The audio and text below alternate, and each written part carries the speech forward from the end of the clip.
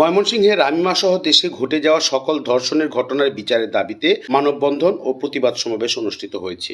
শনিবার নগরীর town hall এলাকায় আয়োজিত এই কর্মসূচির আয়োজন করে Anyachitra foundation, forum on ecology and development FED. এতে অংশ নেয় বিভিন্ন সামাজিক সংগঠন, শিক্ষার্থী, মানবাধিকার কর্মী ও সাধারণ মানুষ। সমাবেশে বক্তারা বলেন, দেশে নারী ও শিশু নির্যাতনের ঘটনা আশঙ্কাজনকভাবে বেড়ে যাচ্ছে। বিশেষ করে রামিমার মতো ঘটনার সুষ্ঠু বিচার না হলে অপরাধীরা আরো বেপরোয়া হয়ে উঠবে। তারা বলেন, ধর্ষণ ও নির্যাতনের ঘটনায় দ্রুত বিচার নিশ্চিত না হয় ভুক্তভোগীরা ন্যায় বিচার থেকে বঞ্চিত হচ্ছে। এতে সমাজে আইনের শাসনের প্রতি আস্থা কমে যাচ্ছে।